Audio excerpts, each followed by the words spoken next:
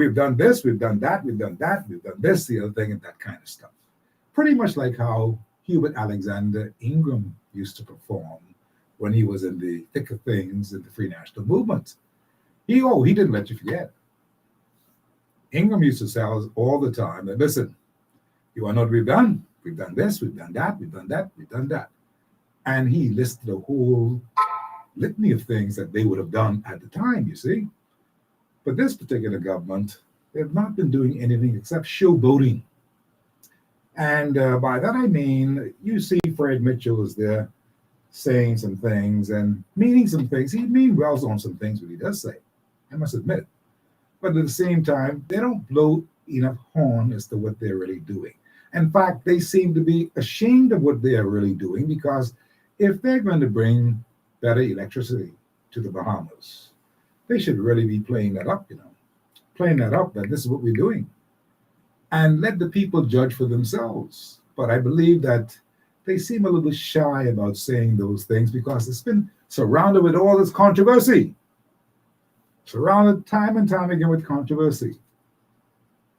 They didn't do anything much in Grand Bahama, but at the same time, they've done some things in Grand Bahama, and they should be talking about those things as well. But who knows? They know what they're doing, so we leave them alone. But I asked the big question today, what do you think they've been doing in 3 years in the governance of our country, except the things that we've been talking about for the most part? The corruption matters over in immigration, the land matters across the Bahamas, especially in Andros.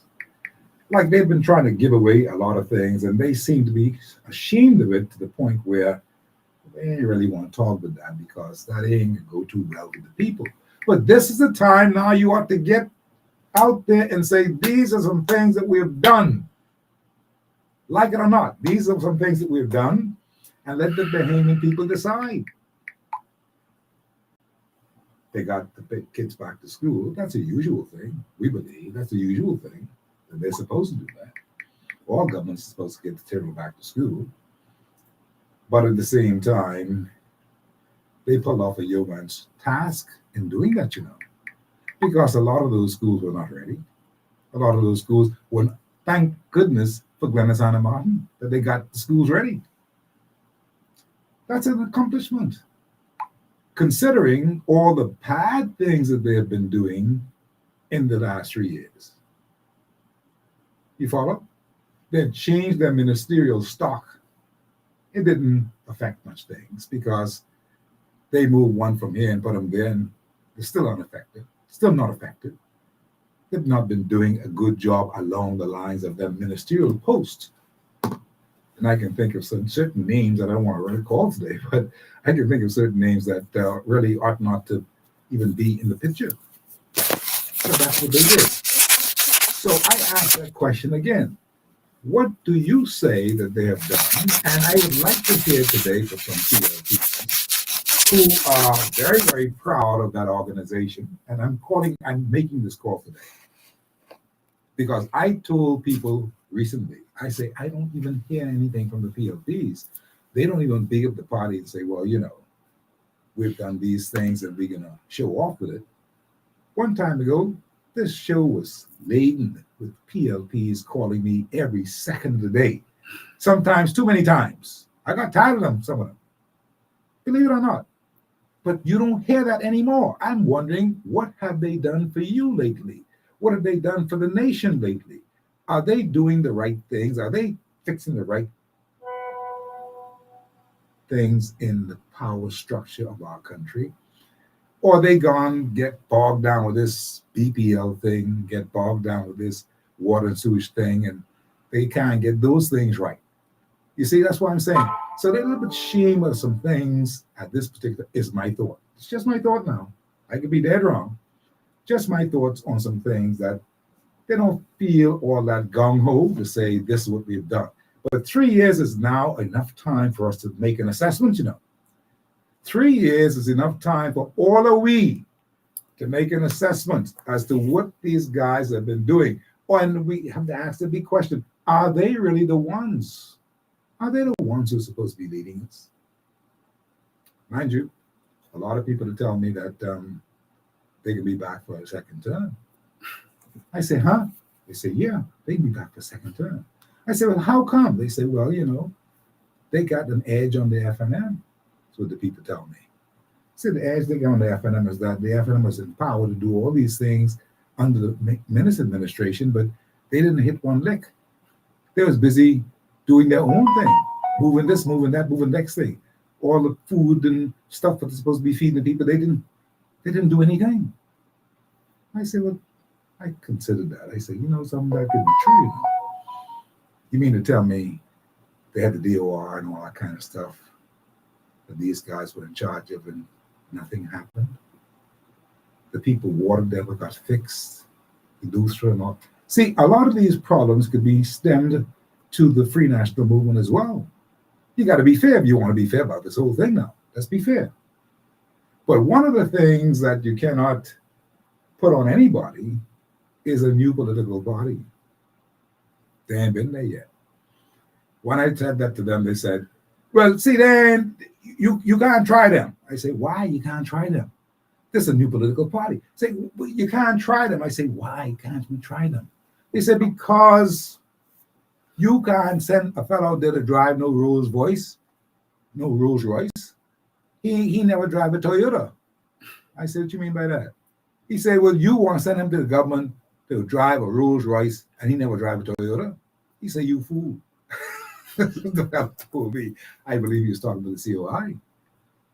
But I'm saying to you, what will it be? Because right now we are in a crunch time situation, friends. We're in a crunch time situation, We need to decide what we're going to do if we're going to go fully along the lines of Lincoln Bain and his COI people, and they got some good people. When I did the surveillance on them, I say, well, where they get all these people from? I talking about named people, Let me say that again. They got named people within that organization. I was so surprised. I saw some big time PLPs who were staunch PLPs to the core, are campaigning and are with the program with the COI. I said, well, what the hell is this? I actually said that. I said, what is this? Believe me, friend, I'm not kidding you. I'm telling you sense. I'm giving you this assessment so that you can actually make up your mind, because things ain't real in the PLP. Things ain't real in the Free National Movement. They got, both of them political parties got their own big problems. They got an internal problem within the Free National Movement. They got an internal problem within the PLP movement. You may not believe that. But if you hear me tell you that, I get that from good sources, right? I know what I'm talking about. And as a result of that, they can't make up their mind and decide on a lot of things that they really want to get done within the party framework. And that's why you see certain people are out there talking all this talk about what MPs got to do, how they ought to be around, and how to call people. I told, listen, a couple of weeks ago, I told you there was a sound bite that I received from Lee Alfred Gray. He's the High Counsel in Canada. He was complaining just weeks ago about the PLP not returning his phone calls. Mm-hmm. I want you to understand what I'm saying to you. This is a high-ranking fella, former member of parliament, who had difficulties that they would not return his call, and he was cussing them. That's what I said. And Alfred Gray don't play around. I'm showing you something. They got their problems. All parties have their political problems. There's no question about it. But when you come to 3 years in office, you've got to show proof, tangible proof that you've been here, this is what you've been doing, and this is the record you got to show. Here's my record list. Look at all the wonderful things that we've done. Look at all the wonderful things that we've got planned to do in the immediate future, and you are going to have the cost of living drop from way up there to nothing. If you ain't saying that, buddy, you talking nonsense. That's what the people need to hear now. Do you think that they have that in their plans to say that to the Bahamian people? Or do you think that the Bahamian people have a plan for them to get rid of them? That's a serious situation. Because the people want relief. Steve Mckinney has been on the air telling you this for the last 3 years, well, for many, many years, but I'm talking about the last 3 years of the Brady Davis administration. I've been telling you this all the time. It's no secret. I've been telling you the people need to see the change. They need to see some effort to make the changes that they would really want to see. Instead, what the PLP has done, they've decided that they're going to go and they're going to do even add more fuel to the fire by lighting up the whole thing with BPL, by lighting up this whole thing with water and sewage, by lighting all the many things that they have added fuel to the fire. Who can you blame? I told them, don't do it. I told them, be careful with what they're doing because the people aren't pleased with them. Maybe they didn't believe me. Maybe they just did not believe Steve. Say, you don't know what you're talking about, man. You shut your mouth. But now what we have, something coming home to roost, and it ain't a good picture for the overall well-being of the governance of our country. It's not a good picture. So you can't blame Bahamians for looking out and saying, we want better. You can't blame Bahamians for liking Lincoln being and hooking up with him and saying, well, you know, let's try you. You can't blame them. How are you going to blame them? You failed. How are you going to blame them? Now you got to do plenty of homework and go and catch up with a fellow like a Lincoln Bain and not try to convince him to get on your side. You got to try to make sure that the people are going to forget about him, and you got to do some magical things to make sure that the people forget about him. Because they ain't going to forget about him right now. I'm telling you. 3 years, man, the clock is ticking. That's what it means. 3 years is the clock ticking away. Would it be a closure for the PLP? Would it be a closure for the Free National Movement? The gentleman I was talking to the other day comes from another island, Bahamian. His whole thing was that it just ain't time. What do you mean it's not time? Well, he says that it ain't time because the people ain't ready to make that massive change yet to go from this two-party regime to something else. I say, okay, I hear you. Why would you say something like that? He says, it ain't gonna happen until like next year, after this election, after this one happened, it gonna happen. I say, buddy, when I'm talking now, I say, buddy, you realize what you're telling me? You realize you're telling me that it's gonna happen after this election when the Davis administration is gonna make sure it don't happen no more in this lifetime because they can get all them aliens in the country to vote in this election and tighten the ropes on the whole shebang. He said, what you mean? I said, if they vote in this election, let's be talking to him now.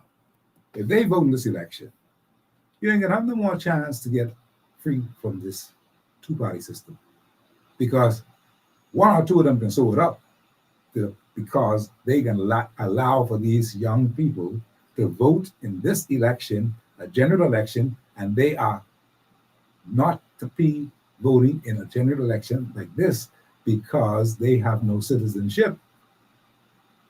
I say, you see the point what I'm making? Citizenship makes them a voter in this election, and the Bahamian people ain't gonna have no more chance to vote anything else because they will outdo us in this election. And that's what Brave Davis is counting on, is what I told the fellow. We got big telephone conversation going on. And he's like, yeah, but I see what you're saying. I see what you're saying. I say, what's your comeback? He has no comeback. There was no comeback. You couldn't come back and say, well, okay, I see it this way. There's no other way to see it. That's the bottom line. If, in fact, the Davis administration and those are able to get them people to vote them in this time, that's it for you. Goodbye. Yeah. That's what I'm saying to him. And that's what I'm saying to you, the Bahamian people today. So are you going to sit back and let this thing happen? Or are you going to do something about it? I've been bringing you up to date every day. Told you, here they are. They're going to the polls. They're voting. Here you are. They're getting registered every day. Are you getting registered? I ask these questions all the time. That's the preparation for this whole thing.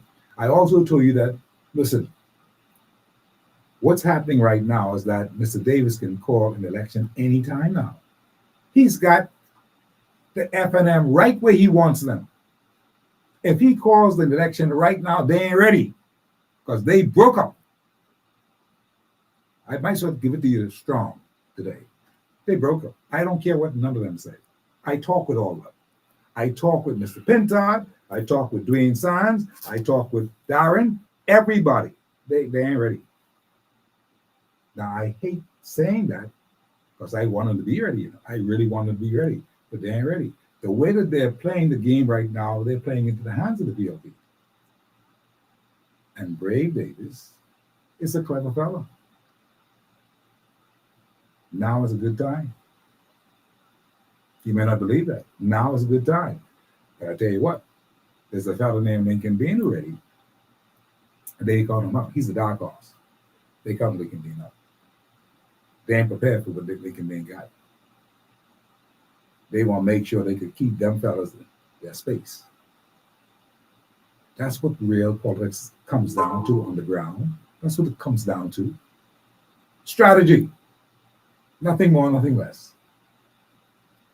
And if Brave uses that strategy, he can, in fact, deal with these fellas effectively right now. See, the record has been set, you know. Minutes didn't go for 5 years. Minutes gone 4 years. Who say Brave can't go 3 years? Well, talk to me then. Since you want to say something, talk to me. I listen to you. Talk to me. Who tell you Brave can't go 3 years? Election closer than you think. I'm looking at you and I'm telling you this. Elections are closer than you think. They showed you some similarities, some signs of them trying to do something. You remember that?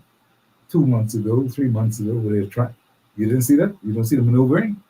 Brave going to campaign. You didn't see that? Okay. You play fool then. But that one fellow named Lincoln Bean, they kind of seem to shake him. He seemed to be ready on all accounts. It's a serious thing.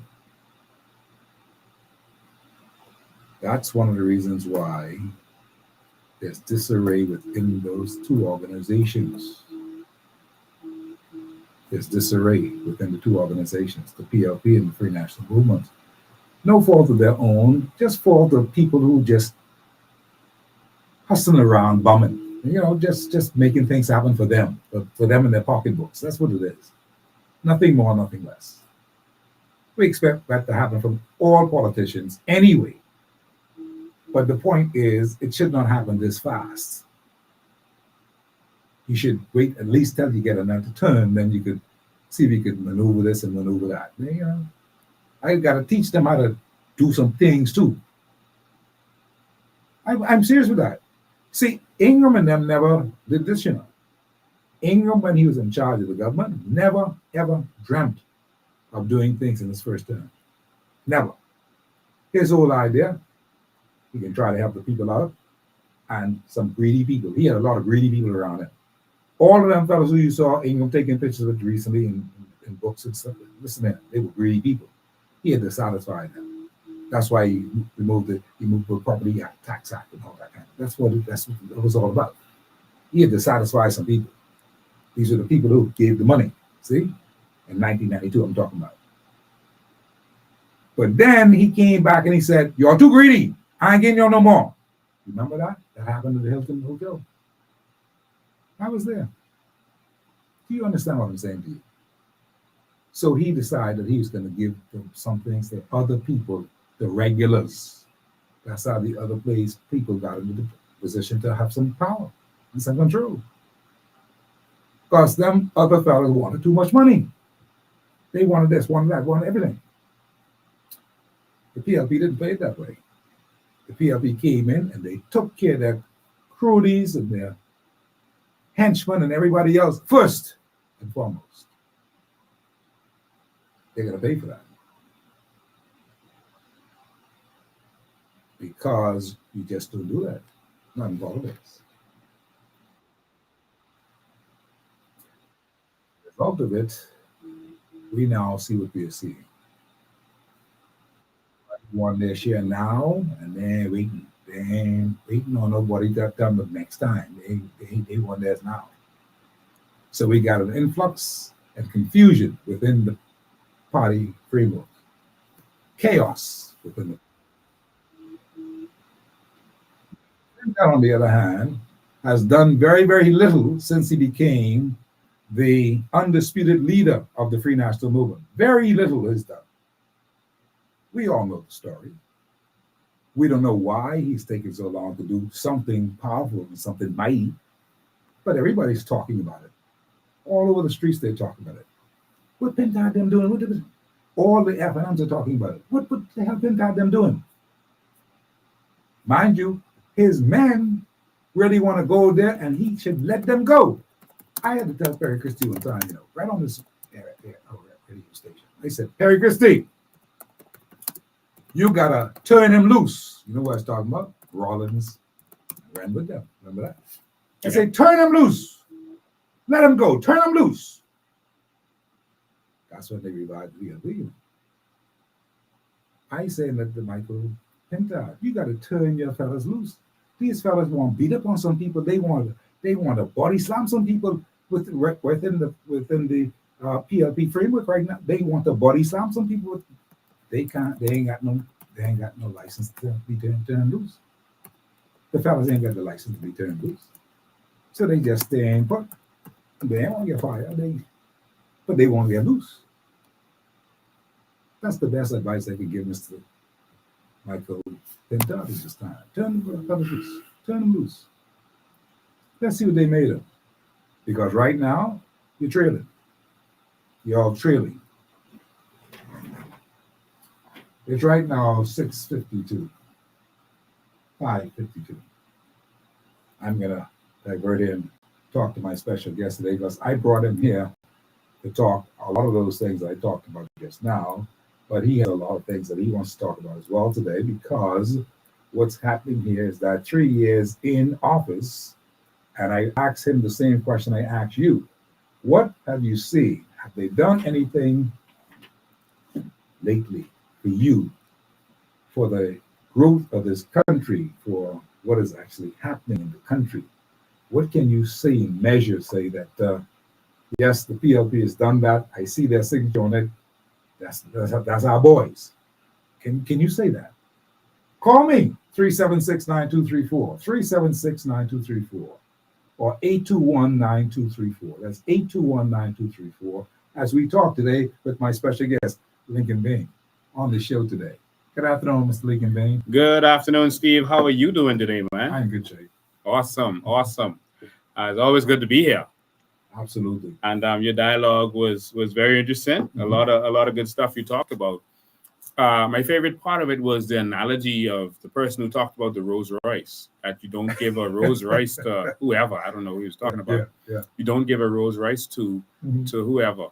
The problem with that is, at this time, the Bahamas is not a Rolls Royce. Mm. It has the potential to be, but the Bahamas right now is a clunker.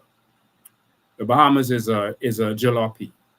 At this time, a jalopy. Not a Rolls Royce. No, it's not working properly. And even if it's a Rolls Royce, it's a jalopy Rolls Royce. I see. Why do I say that? This is a jalopy, a broken down car that has an electrical problem. The electricity ain't working. The alternator is bad. Oh, Lord. It's not giving you proper current. This is a jalopy where the water pump. This is a jalopy where the water pump isn't working, and so that's a serious problem. Your car is running hot. This is a country where the timing belt ain't working. This is definitely a country where the steering wheel is broken, because right now we are non-compass mentis, just floating without any direction, whatever flip goes. And so we need to hand this car over to someone else other than who has been running this car for all these years. If you have been dealing with this car for 50 years and you still didn't get this right, you need to step aside. You need to get lost. And so I want to start for that person with this broken down car. We are 3 years in, and we are still hearing the government talking about what they are going to do, Steve. Yes, I know. You, at 3 years in, you should be winding down. You should have things to campaign about. 3 years in, and you are still talking about what you are going to do when you can't provide simple resources like water for the people, like electricity for the people, proper roads for the people. It's like nothing in the country is working properly. And I don't want to sound like a complainer, but this is our reality, Steve. There are people in this country who are suffering. We can't get the banking system working properly. We can't get the policing system working properly. We can't get the immigration system working properly. We can't get the education system working properly. We still bragging with a D average and talking about we improve from a D minus to a D, and that we need to celebrate. Let's hit the carpet and start breakdancing. This is shameful where this country is at this time. And it's because we keep putting leaders in place who don't know what they're doing.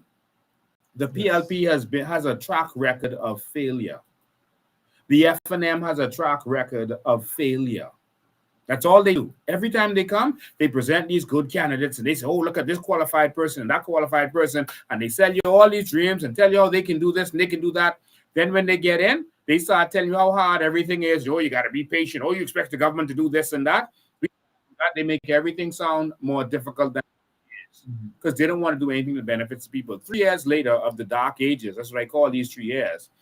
3 years later of the dark ages.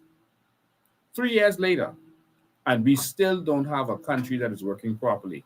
I'm looking forward to hearing anyone who's part of the Progressive Party call this show and tell us what this government has done. I hear them bragging about reducing from 12% to 10%, but then increasing the things that we normally use more frequently, increasing those things to from 0 to 10%, and then bragging that they make more VAT money.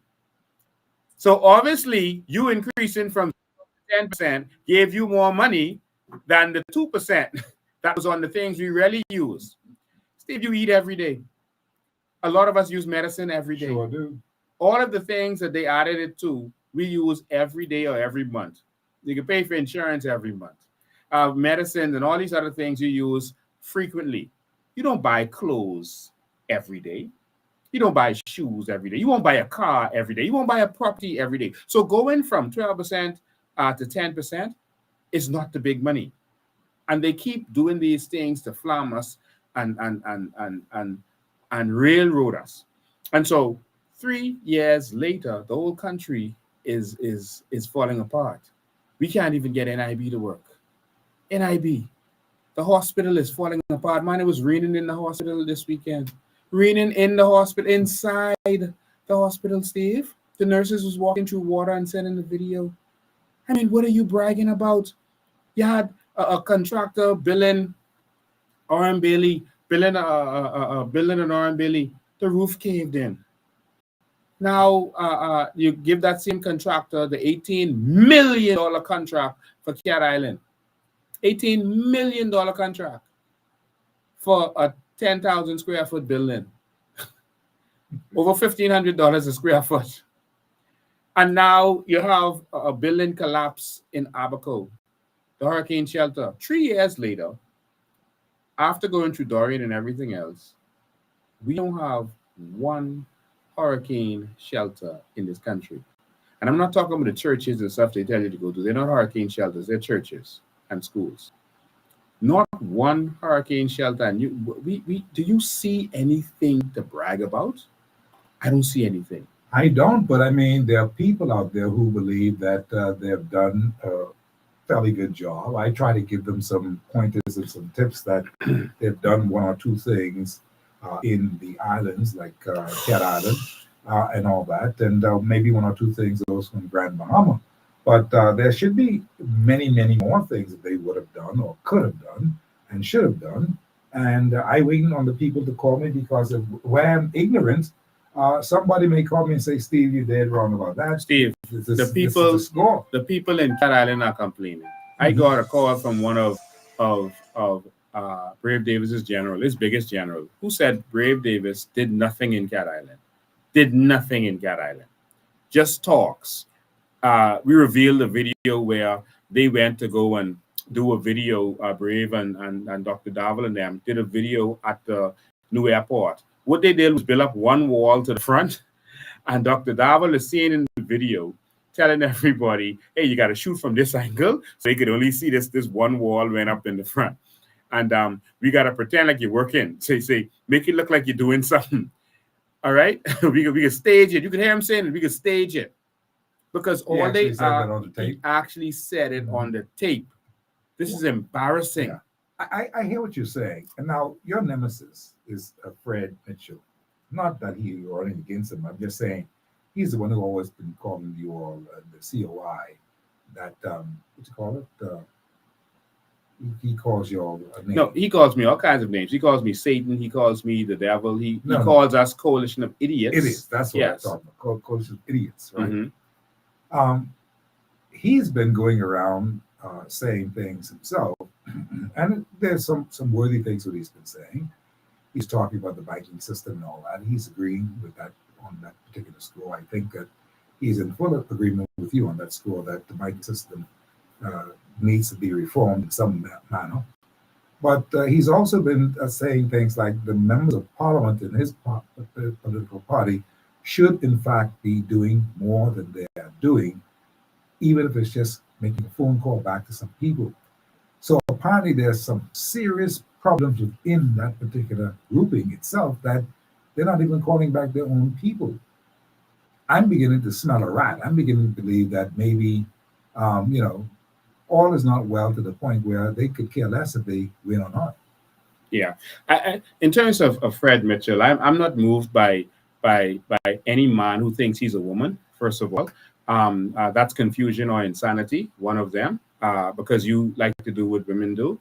That's be with men. So I'm not interested in those kind of people.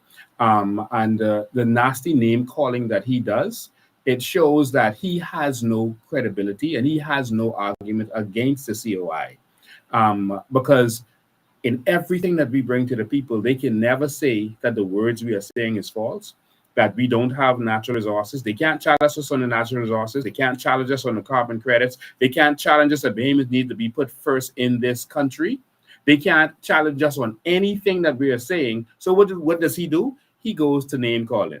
And then they get defensive when you call him a name. But shouldn't we be dealing with more things pertinent, like the immigration matter that's before us, that's going to be That's a big money business for them. That's a big money scam. I know you're saying that. I know you're saying that, but that doesn't make it okay. It's not okay for them to just say, well, that's a big money business, so leave that alone. For them. For them. But I'm saying we suffer as a people. We have a country to protect. We got a country. When we saw the people today who are driving cars and whatnot, and I mean, I was on the streets today. I told you I just got here just minutes ago before the show started. On the streets all day. And I'm telling you, it's madness out there. You know? It is. It is absolutely madness out there on the streets. It is. I cannot believe the amount of cars that we have on this island. Yeah. See, I never been to the office around that time, around till 4 or 5 o'clock. It's madness out there. The people are in lines and lines and lines. I'm on every street. See, and they're not even from here. Many of them are not from here. That's the problem. They don't even know our traditions, our rules. I mean, everyone is driving like a battle to hell. No wonder why people are being killed on the streets. Something is wrong with this country. The country is being run by idiots. All right. And I can't say it any better than that, Steve. The country is being run by idiots. Because if you can't get the water working, you can't get electricity working, you can't protect our borders, you can't give us proper health care, you can't give us proper education, why are you here? You can't give us, you can't protect us from crime and murder. You're blaming the parents. Why are you here? The country is being run by absolute imbeciles. And this is where the problem is. But it isn't just that they're idiots. The problem is that they are corrupt. They are making money from every suffering that we are going through. You name any suffering that Bahamians are going through, it's because the PLP and the FNM are making money from it. They are profiting from our suffering. And that's what's going on. And then they come and take some of the money they make from us and throw crumbs at us every election and say, vote for us, so they can make us suffer some more, so they can make money again. Case in point. I told you people are tired of that, though. But they're getting more and more tired. They're really tired of it. Yes, they are. I mean, I would be sick of it. But, they are. But people may not have come into their the healthcare fix. The healthcare system is not fixed properly because there are people who make money from you having to go private. All right, there are people who are benefiting from that. All right, the crime situation. You have politicians involved with crime, and they prefer it to be that way. The immigration situation, immigration is not working properly because they are making money selling papers to the immigrants and selling papers to the foreigners from the north and elsewhere. So do you see yourself as a reformer? Do you see yourself as a reformer to really bring things around and put things back in place the way that we believe that they should be in a new country with a new dynamism, with a new attitude? Do you think that you are going to be that reformer that with your people who you have now with you? And you've got some great people with you. I've seen them. Yes. I couldn't believe it. I was like surprised. Hell of a lot surprised. I'm like, these people don't even know what this fella's dealing with. Steve, I have one job in this next election. One job. And that is to take this country from the politicians who've been raping and robbing us and give it to the people. I am not the reformer. We are the reformers. We are going to take this government and put it in the hands of the people. Give us island states and city government so we determine what happens in our communities, not a politician. The politicians are going to have to run behind us. And we're going to change the whole system so that they can never change it back. Because when the people feel the power of having their own budget for their community and putting their own street signs down, putting their own street lights up, making sure that their own school is finished in that community, making sure that their community doesn't flood, the people will never go back to depending on a politician again. Let's deal with the elephant. We are the reformers. Let's deal with the elephant in the room. A lot of people are saying that, okay, I hear what you're saying. You sound well and good. You say that we, the people, are the reformers, and we should be. But do they think that this particular political grouping that you now have mustered and put together, do you think that they have what it takes now to bring about the type of reform that we're looking for? Do you think that the people in this country are looking forward to you all being the ones to bring about the kind of reform that they would like to see? That's a good question, Steve. Yeah, that's a very good question. That is the elephant in the room. But the real elephant in the room is the fact that the PLP and FNM have not been able to do what this country needs. That's what we know for sure. That is a guarantee that if you put the PLP back, it's more sufferation, more suffering for the people, more failure, more bad electricity, more no water, nothing working while they partying. If you put the FNM back, more sufferation, making the oligarchs even richer. That's the problem. And so that's a guarantee.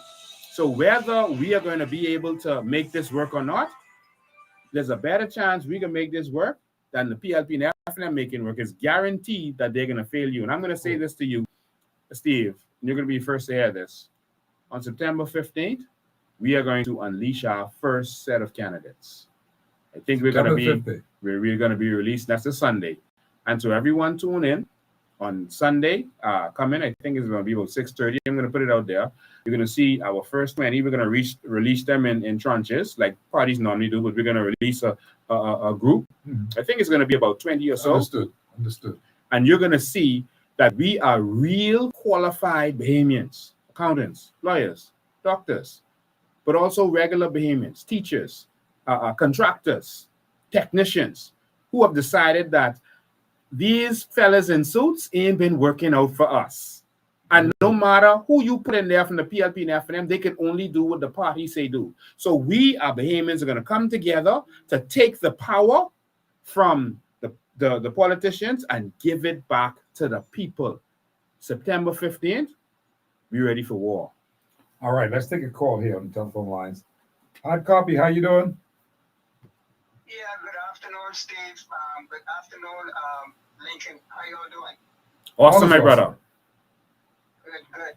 And, Steve, one problem we have in this country going forward in this election is these illegal immigrants that were given our voters' cards or paid for our voters' cards and go into them polls come next election. Now, if we don't find a way to put a stop to this, Steve, our country is on the brink or going faster down to the pits of hell. The Bahamians don't understand this. Bahamians don't know this. But those young voters, if they don't get their little backside out and get their voters card, they could be the ones to suffer years to come. We could be gone. Lincoln, we could be gone. But they will be left behind, and they would really understand the wrong that they did to themselves in this country. We note your point. We're going to discuss it. I appreciate your call. You're right on target. I like the call. Yeah. Thanks for taking my call, Steve. Thank you, sir. All the best. Okay. All right. 376-9234 is how you can call me. I'm asking the big question today. You know, what have they done in 3 years' time? Because by this time, you ought to be able to measure what they've been doing, what they plan to do, and if you are going to give them another opportunity to get it done. Your guess is as good as mine. I try to give you some ideas as to what I think some things that they've done, but they have to blow their own horn. They can call here and blow their horn today because we miss the PLPs. PLPs, we miss y'all. Y'all don't call the shows no more because you ain't got nothing much to say. Believe. I'm listening to you today. Hard copy, how are you? Yes, sir. Hi, good. Yes. Yes, man. I had a conversation today. Let me get to the point. I had a conversation with this one of my colleagues, right? One of my brethren, right? He said to me, we're talking with politics, and he started saying that it's only two political parties. Yes. How could you finish? Yeah. Two political parties. He said only two to choose from, right? I say two to choose from. I said, bro, what you mean by that? So he said it's really only the PLP and FNM. I said, bro, listen, you have an alternative party that's called the COI, right? So he started to listen, and I said, listen, brother, in all these years, which one of these political parties educate Bahamians to what is there and what's going on and what is being done to us? Nobody. I said, whenever you see a man to step out and want to educate, I say, use Mr. Marvin, for example, whenever you see a man wants to educate somebody, he's a real leader. True, very true. I say, when you do not want to educate somebody, you want to keep them dumb and you want to keep them beneath you. Mr. Leon is the only leader in this country who has been educating Bahamians to what is theirs and what they have and what belongs to them. I say, you understand me? I say, look at Mr. Monroe. He been leaders. That's what Mr. Bean doing. Leaders. These political parties, they're building us, bro. They keeping us under their wings, brother. I said, either Mr. Bean way or no way. Have a good day. Appreciate your call. I just want to correct one thing that he said. I agree with everything he said, 100%, but I just want to say that his friend was partially right when he said there are only two political parties. His friend is correct. You have to be real. Yeah. There are only two political parties. And the first party is the PLP FNM. That's one party. And the other party is the COI. All right. There are two political parties because the PLP and FNM is one. So everyone who said there are two political parties, you are absolutely correct. Don't be fooled by the PLP and FNM thinking that they are different. That's one party. They are business partners in all of the companies that cause our country to suffer, whether it's Focal, whether it's our homes, all of the companies that they work together to benefit from, they are business partners working together to rape and rob the Bahamian people. That's one party. They are godfather to each other's children. They work together. And they've been swindling us for all these years. But the Bahamian people have decided to rise up. I hear people saying you can't be political, you got to be about being Bahamians. That's what the COI is. We are Bahamians. That's why our symbol is the Bahamian colors. We use the color black. But our symbol is the Bahamian colors. And we are the Bahamian people who have decided that we are tired of the PLP and FNM, which is one party, and we are going to have to take the reins of this controls ourselves. They ain't steering the ship right. You know, one of the things that I wanted to bring up here in this particular episode today on Hard Copy, on this third day in the month of September, which is the third anniversary, basically, not so far away from the PLP gaining power, is the fact that the PLP has been invited to this show time and time and time again. The Free National Movement has been invited to this show time and time again. So maybe it's true that they are one and the same, because both of them have decided that they ain't playing this game. Just how they don't play the game with us today, they cannot get your vote. They shouldn't, because they've not participated. They've not taken part in what's happening in this country at all. The PLP nor the Free National Movement Party has done that. They owe it to you. That's what Hubert Alexander Ingram opened the airways for, that we may dialogue, that we may talk about these things. But nothing has happened from either of those political parties because they are just too busy. You understand me? Now, Hard Copy, how are you? All is well. I'm ready, man.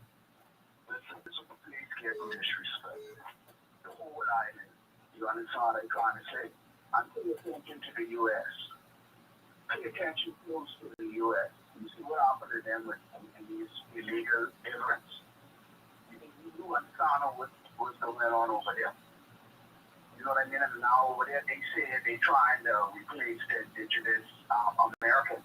The blacks crying. You see what I'm saying? The blacks crying over on that side.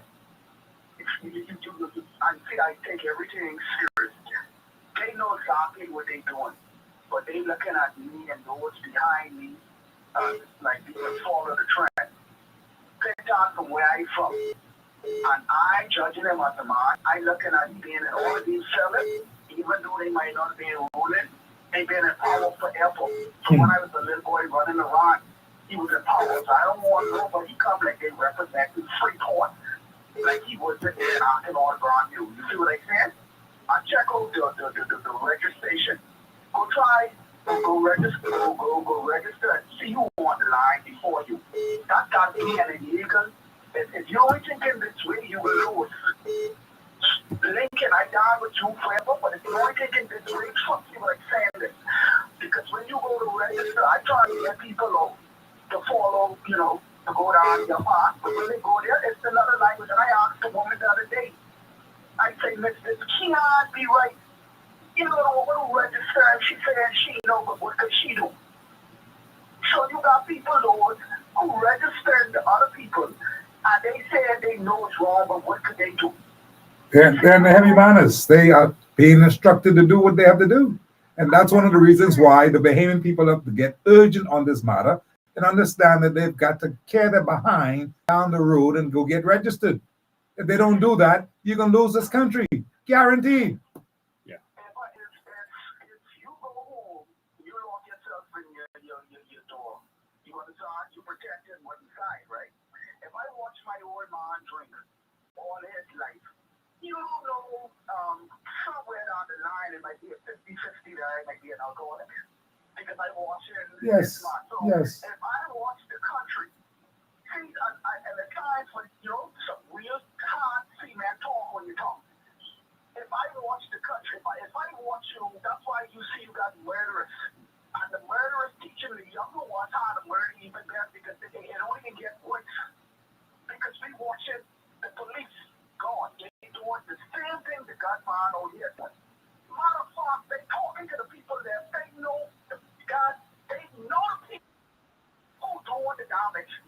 And then they trying to talk this hallelujah type of talk to me. You know what I'm trying to say? There's a Christian concern. They can never separate themselves from politician. Why? Because they gain it from that. You understand what I'm trying to say? So you got the young people saying like, okay, if I go to the court, gets no result. Go to the police when I get no result. But then at the end of the day, you want to overtax me.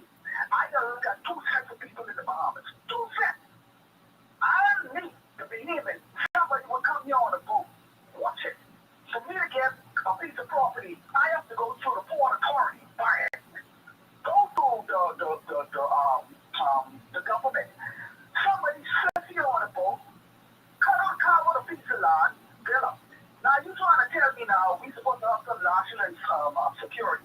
We supposed to have people who are looking after the land. You will drive by seeing illegal structure. I talk about the police, everybody they driving by. And then I sit back and I think about it, Lincoln. Let me tell you why I say you got to hate me as a citizen. You go into an illegal place and you will say, I never hear even the man called Quincy Thompson come to my corner and talk that SHI, I want you, and you was, how do I supposed to sit down as a citizen and take that? You understand what I'm saying? So this ain't got nothing to do with no party line. They fight through illegal. Listen, it has nothing to do with your structure, your integrity, and the behavior. They fight. They try not to annex. They know now that heads being turned. You say what you gotta say. Steve say what you gotta say. Guess what? It starts to trickle in. And now you stop to come up and say, you know what? Everywhere I turn, if I go to the grocery store, I hear drop on me. If I go to the barber shop, they just mix it up, right? So now I sit back and I wonder, I said, okay, this man have a point. This man was saying this forever. What you become now? You're a threat. The only thing you do it, you ain't even put up your hand. You walking around as a national security threat. And I don't care who you ever said. That's what you are to them, and they are inside my brother. You understand? And they fight you dirty. And I keep trying to say, you talking to us, not you, but the leaders talking to us, but you know why it's why I expect that? I can live on the back, like, but you know why I expect it? They don't make space. Sorry for that, like it just wanted me hard because Freeport is finished, man. Everybody who represents me is a different person, man. Look at anybody who talking to me. The people who want the shipyard, they for it. The people who want the boat stroke, they for it. When you go there with Joe, you know they open you? Show up to clean up the floor or to bartender or something. Those who open you, everybody would represent you as foreigners, man. And you would talk with you on love for me, and then you come out your Russian, we lose somebody tonight. You think like a change? You think like a change? The port authority got us in a chokehold. You understand what I'm trying to say? The government acting like this in a part of Freeport in a part of the Bahamas. So we playing hands on, court on. But that's what kind of foolishness that is. If the cow went this way, then tax them the next way. There's always some part you can walk into that man. And that's how I think this is me talking. Lincoln, I'm trying to say, but you're a threat. Look at it, you might call me whatever. But look at it like I'm trying to say. They ain't only on accent. They listen to exactly what Steve said. Take over. I go on that one. Thank you. All the best. Thank you, sir. I tell you, it's amazing. I know this gentleman has been trying to get me for a bit. 432-2461. Call me. 432-2461. That's your number? Call me. Call me right back. I'm listening to you. I want to hear what you have to say. Thank you there. There you go. All right. Good afternoon. Hard copy. How are you? Hey, Steve, how you Peace and love. All is well. Awesome. How you doing today? I'm awesome. How you doing? I'm doing great. I'm doing great. See what I heard you were saying that the government has done some things, right? Yeah, I know. I know you could be the one to question what things they have done, Steve. What?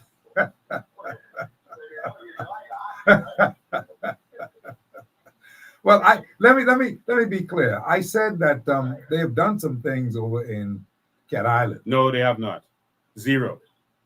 They've done some Starting things a clinic is not doing something. Starting anything is not doing anything. This 3 years in. Well, this is what I've been told. This is what I know has happened. That they have done some. They've done some. What you call it? I call it. Imaginary things. No, not imaginary. You call it. What's the word now? No. I'm thinking cosmetics. They've done some cosmetics. They've done some cosmetics in Grand Bahama in the Cat Island, and people are buying into it because they've been talking about it. You see, they've done nothing in Cat Island. Nothing. Now, what they should do is say the government has done this, that, and that. Don't just say they've done some things. Tell us what they did, because I have not seen anything that they've done. The report I got from Brave Davis General is that Brave Davis did nothing. PLPs. I need some help. You hear these fellas are ganging me, right? I try to get, I try to make sure that the fellas them trying to do some things. I say that they've done some things so far. They've done some things over in Cat Island with the airport and with the clinic, what they're trying to do. But they have to be doing more. It doesn't take 3 years to build a 10,000 square foot building. Failed. It doesn't take 3 years to build a clinic. Failed. They have done nothing in Cat Island. Absolutely nothing. Nothing. Brother, what you say that they have done? Well, I see you trying to take the pressure on them a little bit. No, I try to be fair. I try to be fair because I know that they've done some things, maybe not really worthwhile things to the point that it affects us as Bahamians in a big way that we can say, okay, that's a good thing. We're not talking about it. It's nothing much that we can talk about and say, what have you done for me lately? Well, they did this, they did that. We can't say it. We cannot say my that. Brother, if you're saying that we have to be fair, we have to be fair to the people of Cat Island who are still sitting under a tent when they want to go to the airport 3 years later. You can't, if you're going to be fair, you can't have an airport where you put up one wall of a 4-wall building. Lincoln keeps telling me whether one wall that one wall. We got the video. One wall. You got to be fair to the people who ain't got no clinic. Well, Michael Dalva, please call me and tell me that ain't true, that they put up more than just one wall. Please.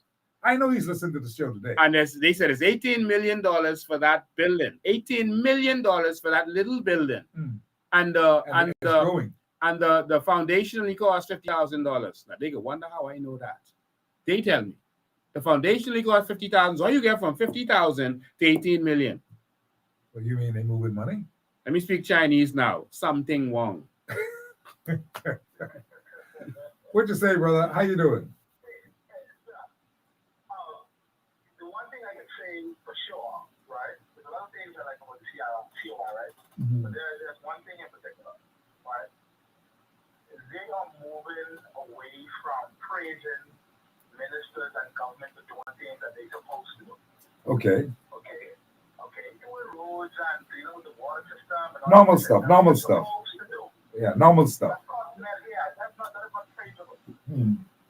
What the COI would have noticed is that they're talking about economic empowerment, all right? Let me give you an example. If you paving the roads, you doing everything, doing our pool lights, you're doing all these stuff, right? Economically, the Mckinney people are not feeling it.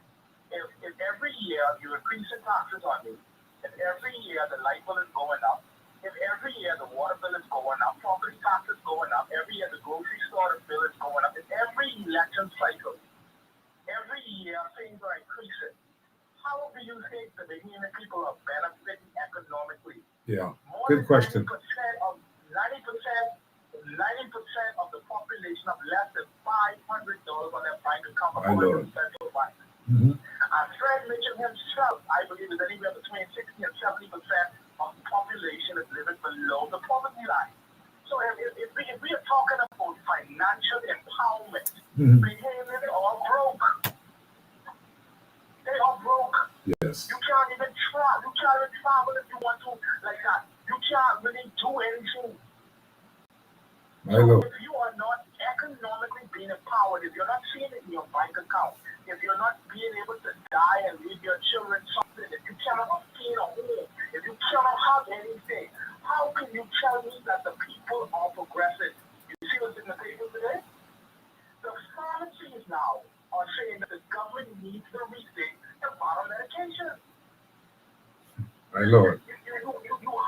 We have to be realistic. This is no more PR stuff about, oh, I'm building a new school, I'm building this, I'm building that. Well, you got to tell them PLP because that's what they're playing. Plenty PR stuff. Lots of PR stuff. Do not worry about the handful of trolls. The masses know that they are broke. Okay? The masses know that they are broke. The masses know that they are suffering. The bills are going up. Okay? And if the beginning people want to go and put them right back in, but sadly they cry. But I will leave with this. The Lord say that someone was in there fighting and gave you an option. Very true. Save yourself. Very true. How good it is. Thank you. Appreciate the call. Boy. Steve, the taxation system that we have now does not work. It cannot work. Increasing taxes on the Bahamian people cannot work. What they are doing is they're encouraging inflation because the government benefits from inflation. All right? The government benefits because the more items cost, the more money they make from that. And so that's why they're allowing the inflation and not doing anything about it like other countries, because they get to make more money. So if the pharmaceuticals, if the pharmacies are now making noise that there's that thing ain't working too much on medication, that means that people ain't even taking the medication properly now because they can't afford it. It's getting too expensive. Everything is getting too expensive. When electricity is high, and electricity is But high, you can't let the healthcare get that expensive to Yes. the point where the people can't take the medication. and people are dying. More people sick. See, if they don't care about health, they don't care about the You pharmacy. mean they don't even care about the health? They don't care Come about on the now. if they care about health, they would have built one hospital in 70 years. You mean Dr. Davo don't care about the state of the health? They of have this not country? built one hospital in 70 years. But no wonder The why. UBP built the last I hospital. understand that, but no wonder why Davo is going to be challenged this time when Michael Pintard sends in that boy called Travis. Travis is going to run and be in Tall Vines. Did you hear that? Michael Pintard and Travis need to go that way because Travis other was way. there. They need to go the other way. Yeah. See, I heard you say something that Michael Pintard is now the undisputed leader of the FNM. That cannot be further from the truth. Well, that's what he calls himself. The leader of the FNM is Brent Simonet. Yeah, well, I And know he has that. finally been able to take over that party so he could take this country over and rape and rob it. And between him, Fred Smith, and the Port Authority, they're going to pump a bunch of money into the election so that they could take billions of dollars back from this economy. So they are going to spend millions so they could make billions. They're going to make Pintard and the FNM look so good that you're going to say, wow, look at all this money they're spending. They are so nice to us. So that they can come and rape it. And everyone is going to be crying after the election like they always do. You know, I made a mistake. I said that Travis Robertson is going to be running in Tall Pines. What I did mean was that the young man who used to wait to that nest is going to be, he was a senator. What's his name? Jamal? That's Jamal Moss. Jamal is going to be running in Tall Pines. And Travis Robinson is going to be running against Alfred Sayers for the FNM Fort PLP. Charlotte. That's what I'm understanding. Mhm. Now, that could change. But I tell you one thing right now. If they are smart for themselves, they won't fool with that. I saw The something. FNM. I saw something curious this week, Steve. Mhm. I saw something curious this week. I saw the FNM had a whole press conference so that they can go and say that they wanted to invite persons to come and be candidates. I saw that. I've never seen the FNM in a position where they had to go and beg for candidates before. And so I've never seen them come on and air a whole press conference to say, hey, we need candidates. That is showing you that they don't believe that they have a strong team. They don't have a strong team. They need some of your candidates, and now all them people I see you got, my friend. They anyhow. Let me just be quiet. They need to see what's happening with your bunch. That's what I'm telling people today. COI, they got some people with them, my friend.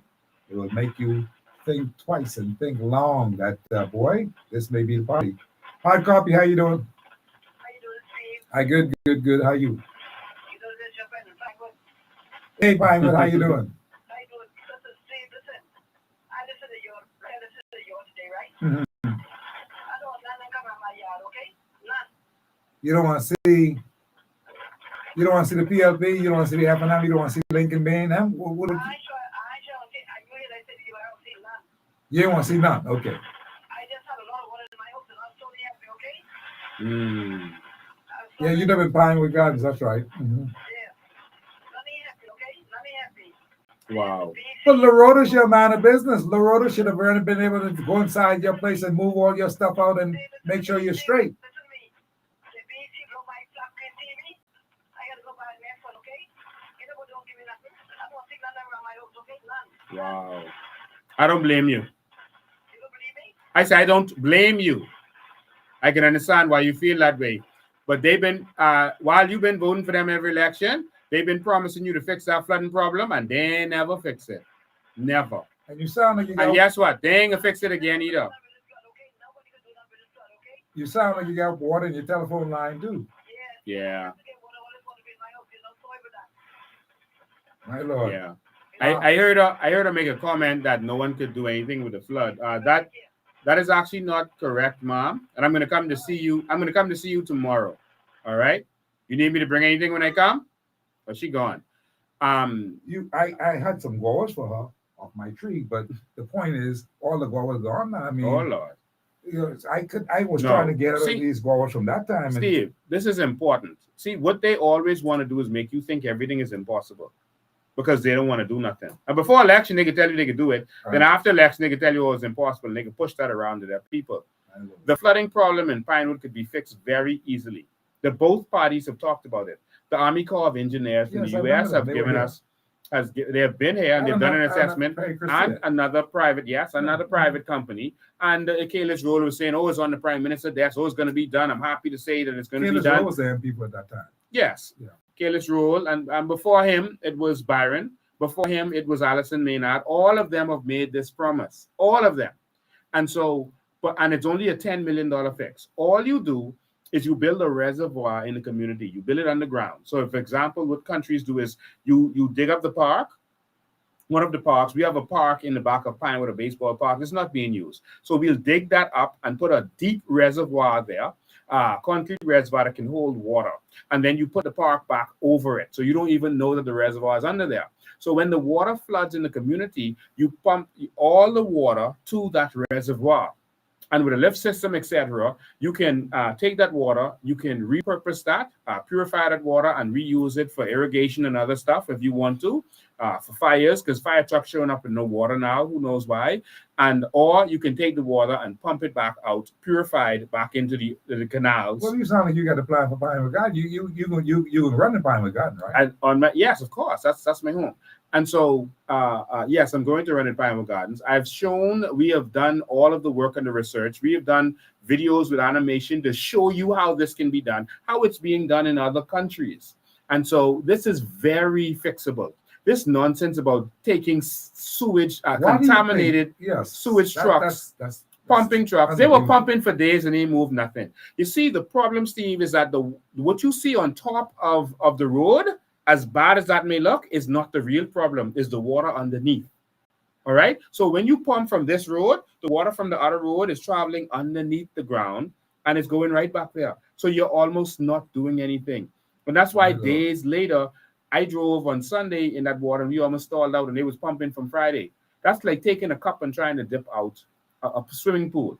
And then you're using contaminated pumps. And someone said to me, oh, well, the water's already contaminated because people have cesspits, etc. Most of Pinewood is not cesspits. Most of Pinewood is sewer.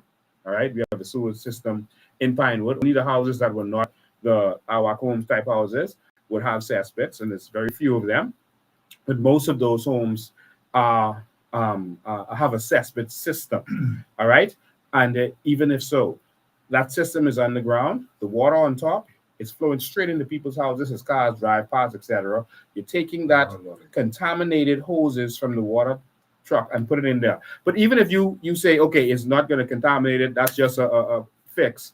Why is that the fix 50 years later?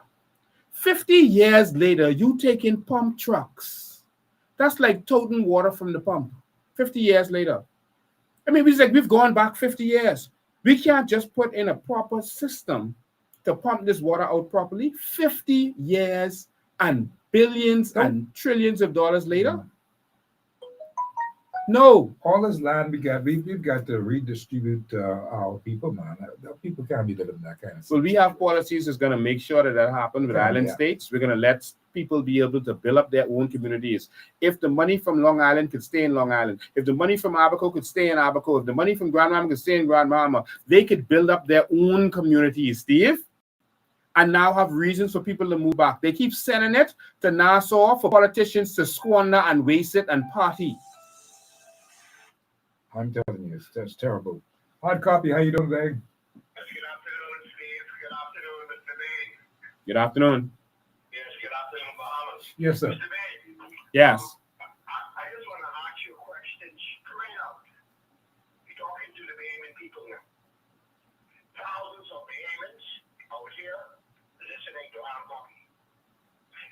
You have said if the coalition of independence comes into office, that every Bahamian, organic Bahamian, who is 21 or 22 and older, will receive $100,000 from our natural resources. Is that going to happen? My brother, I want to tell you this. That was not my idea. That was the idea of the Progressive Liberal Party and the union leaders who did an assessment of our Aragonite alone. And they said that every household in the Bahamas from the Aragonite deal alone can get $100,000. When we did our research, we said, okay, Perry Christie. And Perry Christie went from there and did a sovereign wealth fund and started promising things to this effect. They even promised free electricity and all this stuff. This stuff came from the PLP. So just putting that there, because they're saying that Lincoln being a COI is selling dreams. No, when we formed Bahamian Evolution, we did our studies and we looked at what they did and we said, oh, okay, they said that per household, that was Aragonite. Then we started to see all of the other natural resources that we have, the limestone, the salt, the oil that they were looking for, the natural gas, and there's so much other natural resources that we do have. And so we said, based on that, every Bahamian, a certain age and older, can get $100,000. We were not interested in politics when we put that out there. We were not saying that for votes. We were saying we were doing an analysis based on their study, and we did a deeper study. And so we presented that to the government, and we said, look, this is what can happen for the people. And we went and tabled a bill. We passed a bill for us to benefit from our natural resources. And it was tabled in the House of Assembly, and then they fought it down after that. And so I ain't getting locked up for nothing. If you see me going out there and fighting and protesting for us to get what is ours, I'm serious about that, my brother. I don't like sleeping on concrete floor for 2 and 3 days. I don't like being away from my children and seeing my daughter cry because she see the police drag and kick me. I'm not coming to play with this. I'm tired of hearing the suffering of Bahamian people who are calling every day, like that woman who just called and saying no one do nothing for her. I'm hearing people sleeping on beaches and people suffering. People have no electricity and getting bite up from mosquitoes all night, having to sleep in their car. I am not doing this because this is fun. Fighting politicians destroys your career. I'm not putting my life in jeopardy, my business career in jeopardy. I can't get any contract from government. Any business I do, they're going to try to shut down. Anything I do, they're going to fight and attack me. I'm not doing this to play. Whatever I promised the Bahamian people, we are going to do. Because we know it is possible, we know it is doable, and what should confirm that for you is that they have not questioned our ability to do it. And in fact, I met with Philip Brave Davis before the election, and he said, Lincoln Bean, and Philip Brave Davis, if I lied, it's your chance to lock me up or sue me. He said, Lincoln Bean, everything that you are saying about the natural resources and carbon credits is true. He said, that 100,000 you're talking about is a joke to what people could actually get. He said, Lincoln, I was the Minister of Works. I know what's going on. He said, what you're saying is true, but you can't give it to the people because then they ain't gonna need you. I said, they ain't gonna what? He said, because then they ain't gonna need you. He said, you give it to a few people and then let them provide jobs. He said, I'm not giving them the sovereign wealth fund. He said he's going to cancel it. And he did just that. I told everyone this before election. And he came during the Christmas break and he canceled the sovereign wealth fund. Exactly what I said. Everything I said before election. No, man, they brave, nice. He'll never do this. Why is Lincoln saying these things? And everything I've said has turned out to be true. Then when I announced it after Christmas, and that people say, what? I say, yes. The sovereign wealth fund has been canceled. Yes. They couldn't believe it.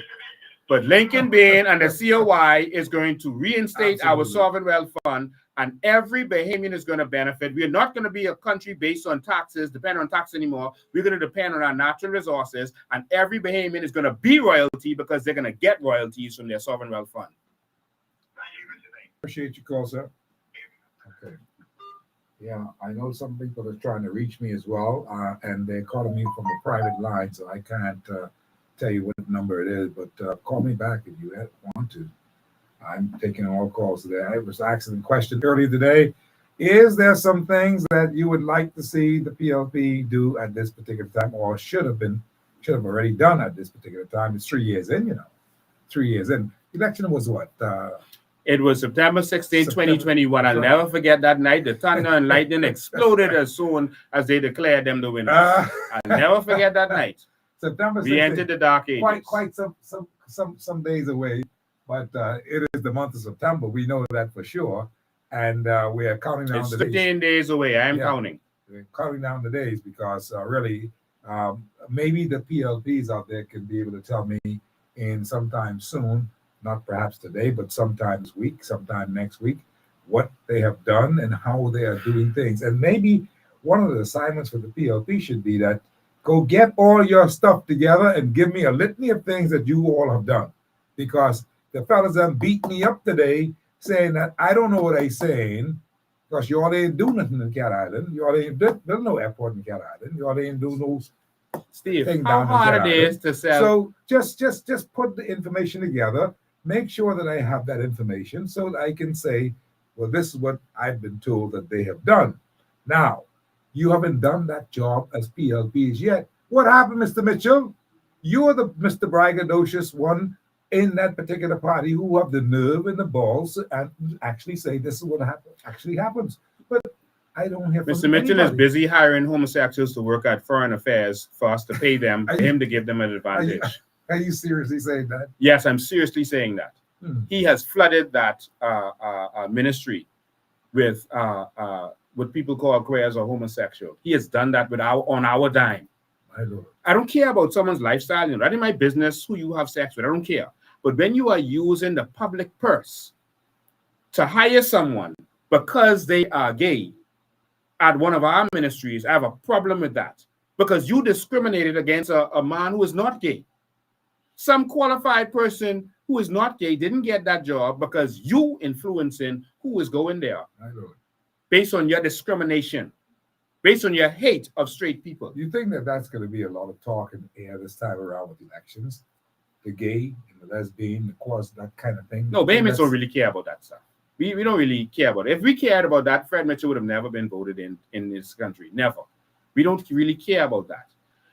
For all of the elections before, we have just been stuck on parties, and we've just voted for whatever party was going along. And Ingram and Christie would swing us and force us. Whoever in power would act so crazy to force us to vote for his friend. And then he would act crazy and force us to vote for his friend. That's all we cared about. We picked a side like it was a sports team. But this time, people are going to care about the economy and the fact that we're going to lose this country to illegal immigrants and foreigners if we don't win this election. Let me take this quick little break. I got to pay this bill and take this quick little break.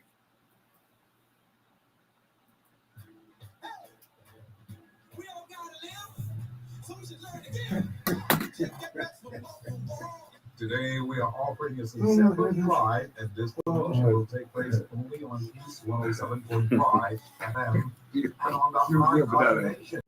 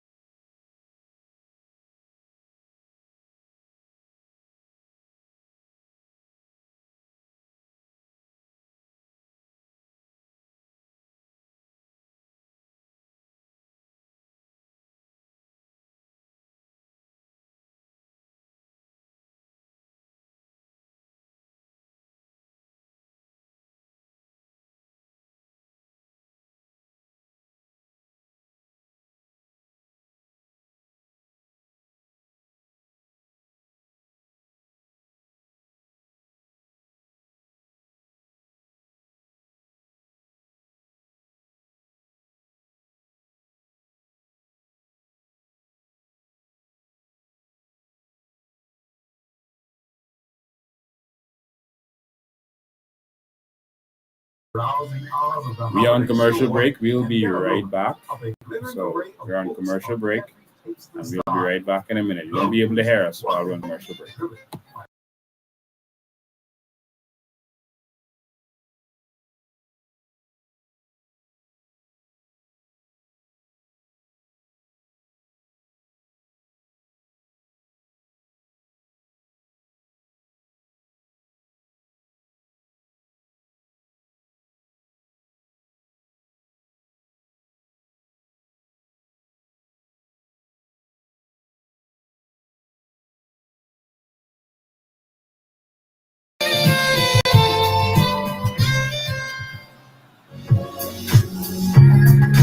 At Paradise Air Conditioning, we have all the products that you need for your air conditioning and refrigeration needs.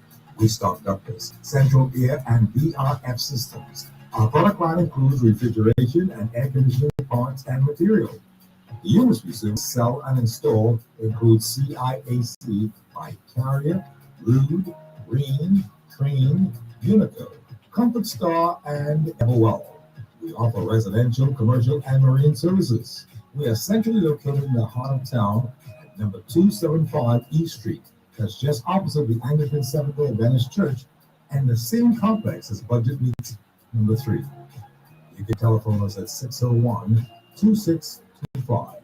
That's 601-2625. Call us today, Monday through Friday, between the hours of 8 a.m. and 5 p.m. At Paradise Air Conditioning, keeping you cool is our dream. Keeping you comfortable is our goal. Call Paradise today.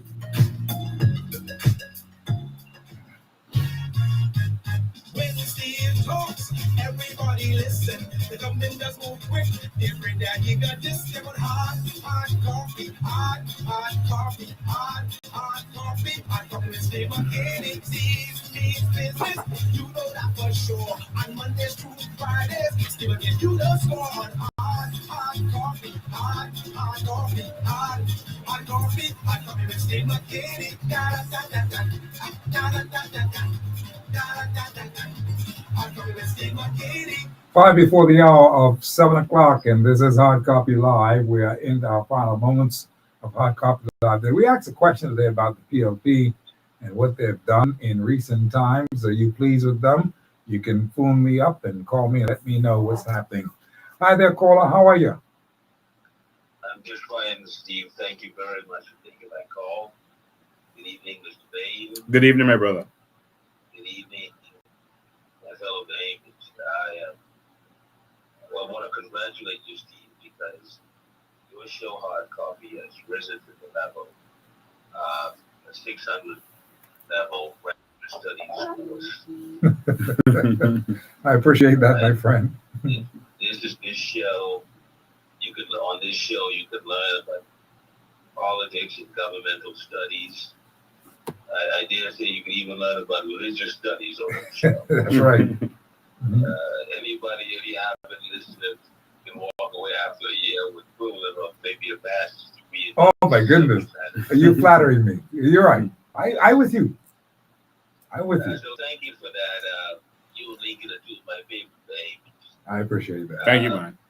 I want to say that the brother who called and asked Lincoln about the $100,000 check, he's just lazy. The information has been out there on the COI website for a long time. The letter was written and signed by John Pinder, Bradford Patterson, Andrew Stewart, another fellow. Patterson, I remember him. Mm-hmm. Yeah, another fellow who was a commissioner, assistant commissioner of police. Mm-hmm. Over 16 years ago. My Lord. My Lord. And people like the gentleman and many others are still, suggesting that this is Lincoln's idea. It's a great idea. Lincoln is just building on it, but they proposed it. But I want to talk about how a few weeks back, about 4 weeks back, you had Leslie Miller on. And Leslie Miller said that BPL, water and sewage, and BTC were known as the, I forgot the term he used, but the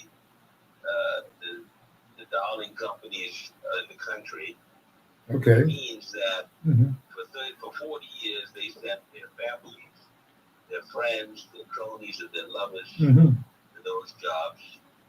And they made sure that those jobs were outfitted with not only best pay in the country, but a pension plan. Exactly.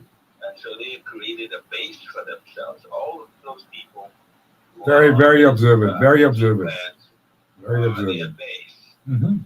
And Steve, Leslie revealed what I call a bombshell. There are Bahamians who are not the easy who are collecting, in some cases, $36,000 a year from the government. Right for now. life. Exactly. Right now, Mhm. Exactly. collecting $40,000 a year. Mhm. For Their life. own Others salaries. collecting $50,000 And they've been a retired. year for life. Mhm. And Steve, Leslie Miller said they didn't contribute $1. Not to that. $1. Not only that, Yeah. he said that they held a government, a gun to the government's head, and the government said, "Well, give them what they want," which means that they extorted that money from the government. Exactly. The question I have is, how is that any different from giving every Bahamian a check? These people are receiving a check Mhm. that they did not earn, that Exactly. they're not entitled to, yet they Yes. are receiving a hefty check. And Big time. in the case of the 3,000, that's $3,000 a month. That's a serious All thing. right. So how is that any different from giving every Bahamian a check? They're just giving their friends, their family members, their cronies, and their lovers a check, and the rest of the Bahamian public To go to hell. suffering, Yes. right? So they need to stop being disingenuous about this. People are receiving the same thing that Megan has proposed or others have proposed right now and have been receiving it for decades. Mhm. Very observant. I thought of that point when Leslie made the point, because I remember he was talking about this thing when a gentleman had called and said that he knew that they had made sure that people would not get these monies from the unions and that kind of stuff. And he made that particular point. And I said that I didn't want to just stray off and ask a bunch of questions about it, but I thought about the same thing that you talked about just now. And you did right about it. And Steve, our good friend, I have to call Steve, our good friend, a very respected gentleman, Mr. Francis, was on your show a couple of months ago. Okay. Saying, I'm too old to sell dreams. Well, no, these damn dreams, this is a reality. For thousands of Bahamians today, it's not a dream. It's actually happening. Absolutely. You telling me that Mr. Francis, with all of his smarts and intelligence, he is unaware of this, or he's just playing fool? Playing fool is a very serious thing, you know. It is a very serious thing. And I don't mean to put him I understand. down, Yeah, I understand. He needs to come clean. He owes an apology. He wasn't. But he can't tell it. This is not a dream, it's a reality. Yeah, you did right about it. I appreciate Thank it. you very much for that call. Thank you so much. Have a good evening. Thank you so much. Okay. Steve, they want to make us believe that we can't have anything. They've kept us broke and poor for so long and uneducated that they want us to believe that anything is too good for us. And most of the people who are against this, they're worried about how do you give money to broke Bahamians. That's what they're worried about, They rather not get anything because they don't want anyone else to come up. That's what it is. It's the black crowd. My Lord. You can't give that kind of money to people. Their first thing is, who will work? The people who work in now, bring in the foreigners to work for us. Why we got to be working for them? Bring in the foreigners to work for us. That's who will work. We are going to open the businesses. We are going to build this Bahamas. Steve, the reason I want Bahamians to get a check from our natural resources is because the number one problem in this society, other than corruption, is access to capital.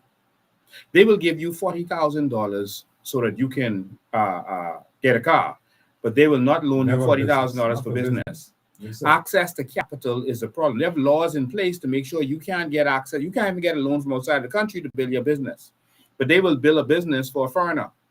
Our prime ministers allowed $250 million of our money out of Scotiabank to go to Sarkis Ismailin to build his dream. And then to build Bahama, the prime minister jumped on a plane, went to China to get $3 billion for that young man to build his dream.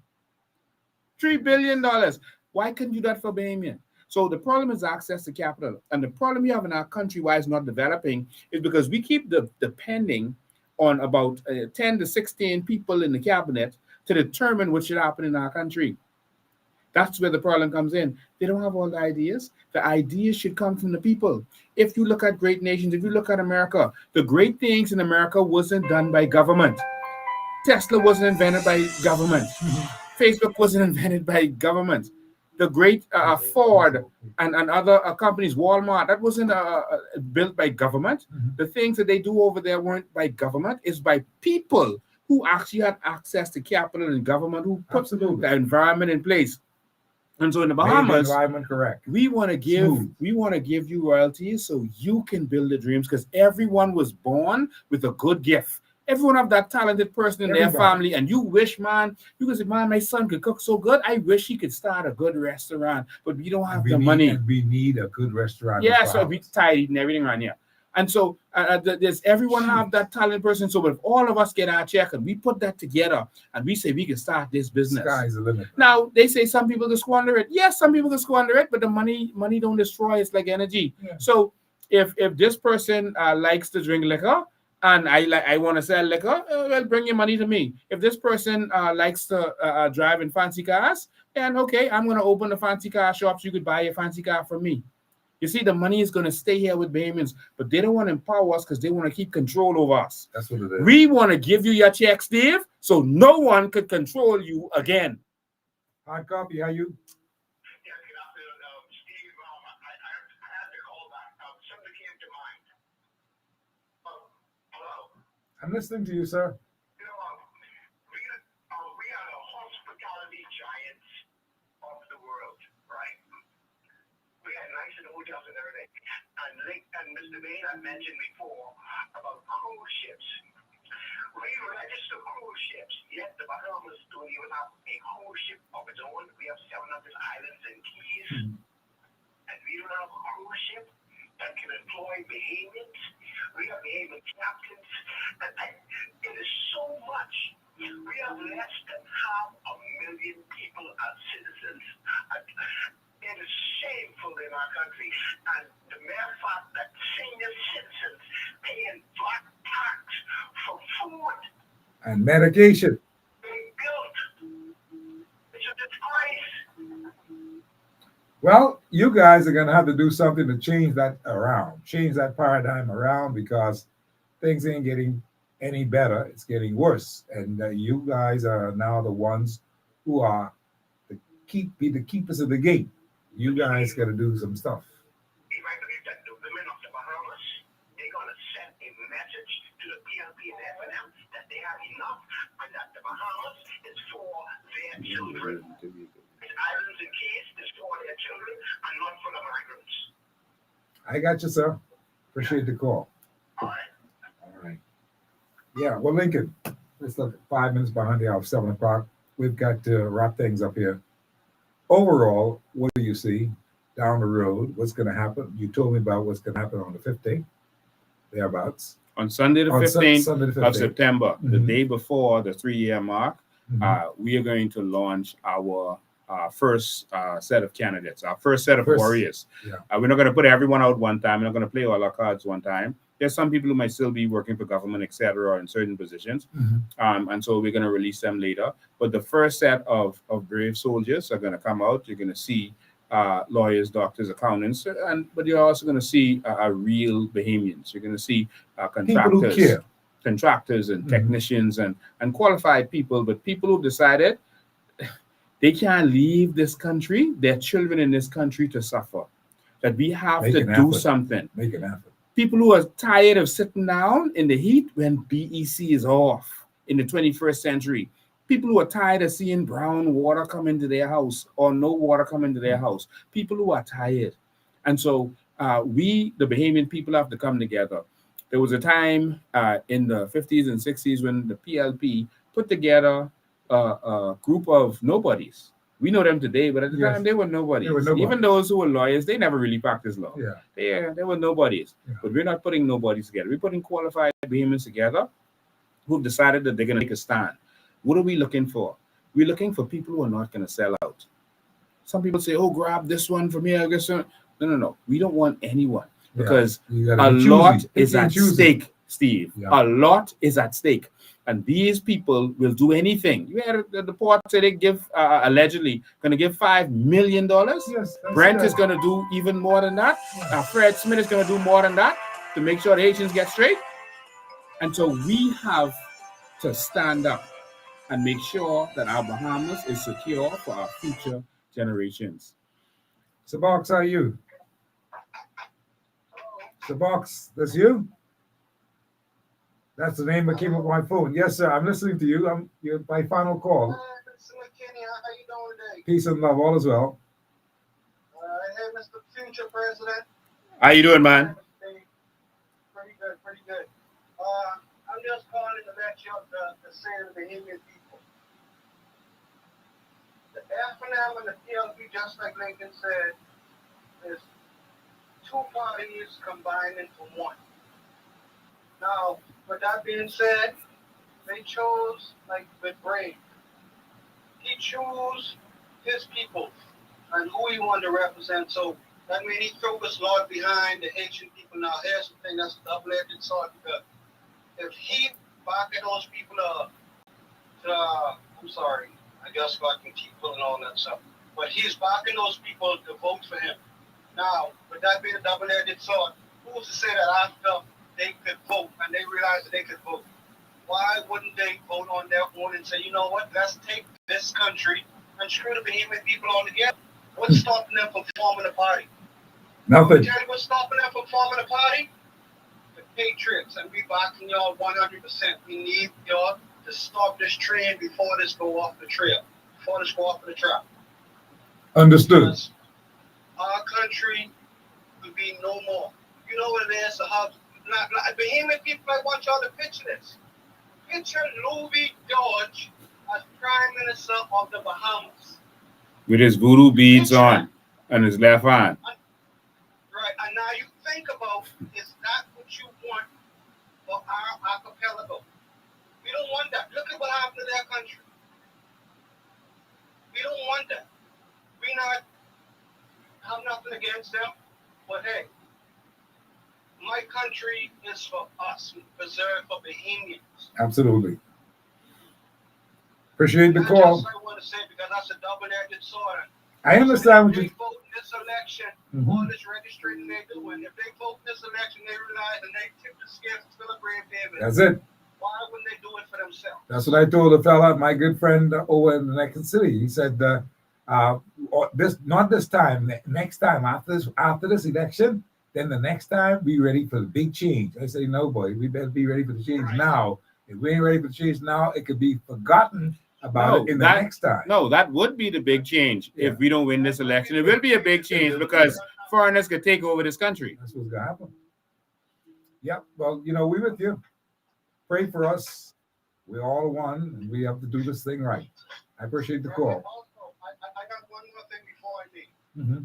Now, when we asked, because I asked a question of Mr. Pinta the other day, and I asked him what was he going to do about this immigration issue and all this illegal.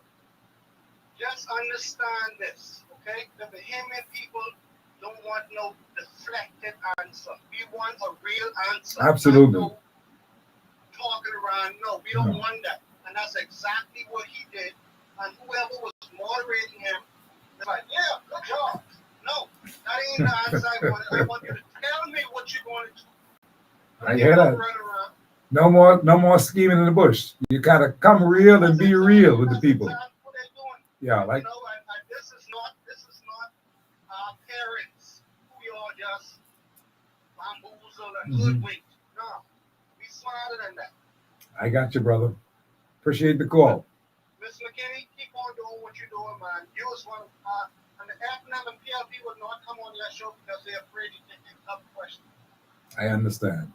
I appreciate the call. And the listeners of the Lincoln Band and the Steve McKinney show is very well educated. So they're not going to come where people is educated. They're going to stay where them people love their colors. They say, oh, yeah, my good minister, my goodness. I hear you, brother. Thank you for your call. But all right, y'all have a wonderful day. And keep up the good work, Mr. B. Thank you, man. All the best. Okay. Yeah, very interesting. Very interesting. People are not going to come because they either afraid or they just don't know what to say, or they'll be put in a jam and they can't get out of the jam. And I got all kind of questions. Sometimes I just cruise and be in cruise control until time for it to happen. Mm-hmm. And when they sit in the chair, then the questions come. And people Yeah. say, well, I ain't sure we won't bother with that. And that's what's happening on both sides now. I'm not talking just of PLP. I'm talking about the FNM and the PLP. And the FNM should be even more very, very cognizant of this fact, because they know that they're going to be asked some questions. What you going to do? How are you going to do this? How are you going to do that? Not how are you going to do. The FNM cannot recover from the 4 years of hell that they've put us through. Yeah, and they don't want to answer real So questions I see the point. about that. This is Dorian, the anniversary of Dorian. Mhm. And what Pintard and Minnis and the FNM did to the Bahamian people after they suffered through Dorian, they lied about how many people died. That was a dishonor. They kept our loved ones in a trailer for years until we had to jump on a plane and go there and expose that those people were there in the trailer. Yes, I remember that. They hid the building supplies for Bahamians, hid the building supplies that people needed. Why? Because their benefactors are in the building supply business, and they felt if they donated it, they would lose money. The cabinet knew when the building supplies come. So Pintard can't say, well, I wasn't leader. You had one vote, and Minnis had one vote in cabinet. And people got to realize that. And if you don't like what they do in cabinet, then you step down. And you say, listen, my people are out here suffering and dying, and I don't like what they're doing in cabinet. They hiding the building supplies. You stand up for the people. You don't say you was going to lose your job, then lose your job. Stand up for the Bahamian people. People in Freeport suffered. People in Abaco suffered. People in Pinewood suffered from Dorian, and they don't never recognize that. The people had to move out their house for a year. They got flooded out in Dorian.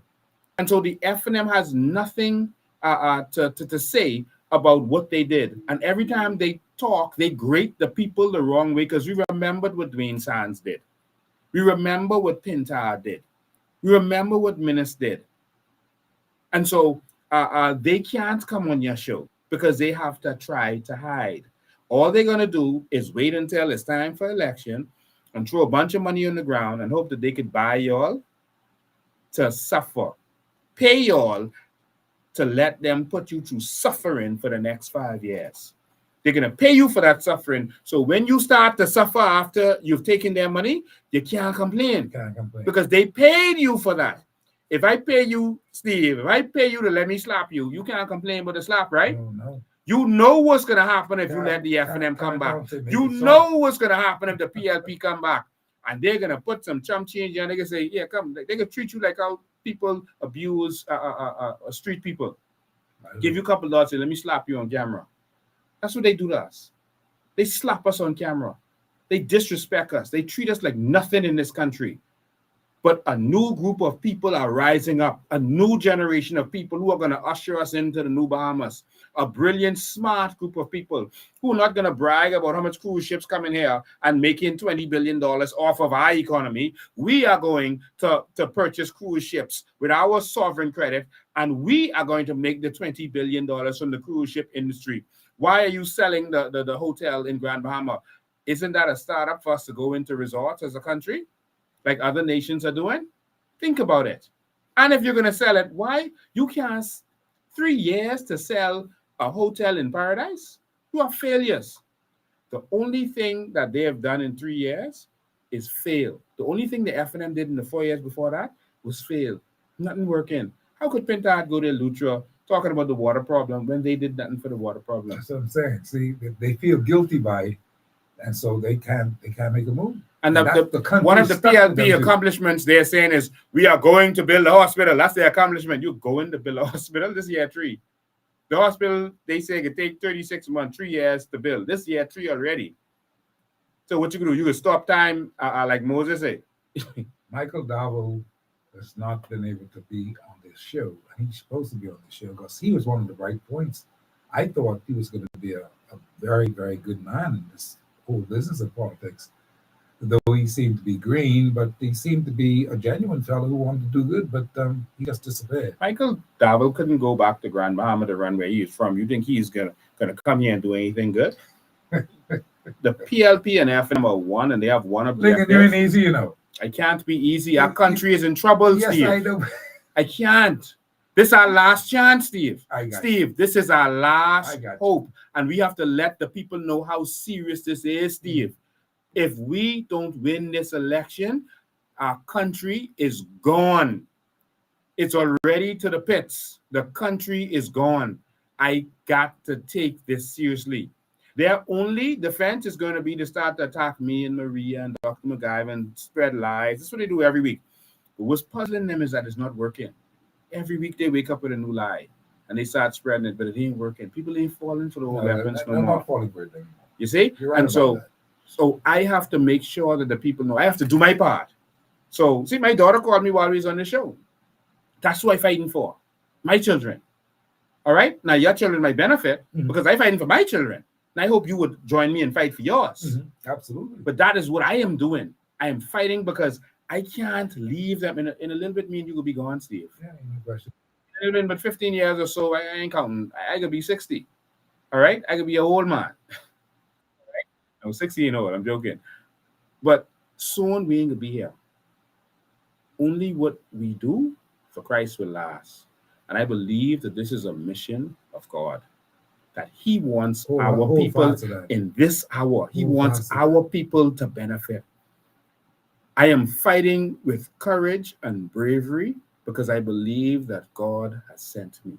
I believe that He has sent me to deliver a message to the Bahamian people that we are greater than they have had us.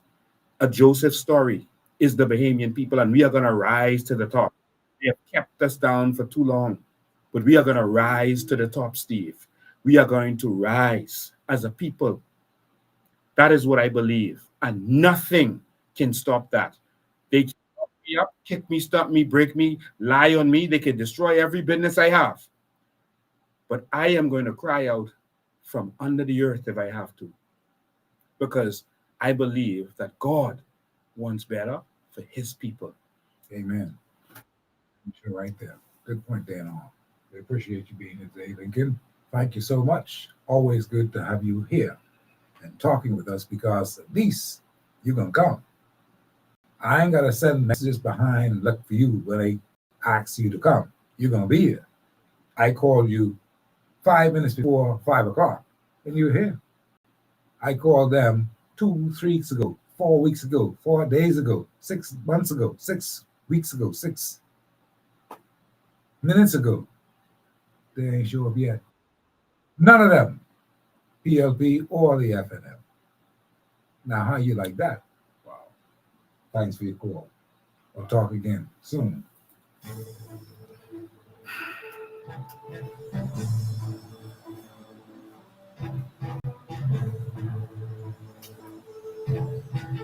And that's our show today here on Hard Copy. 20 is the time right now. We want you to stick around and be a part of our evening groove with Hubert G. coming up afterwards right here on the show. And then, of course, you're going to join us later tonight around 10 o'clock for Lincoln Being Live one more time as we talked about what the PLP has been doing or not been doing, and you be the judge. Are they there yet? This is September 2024, 3 years later. What have they done? What have they done for you lately? What have they done for the country lately? You be the judge. We'll talk later. See ya at that time.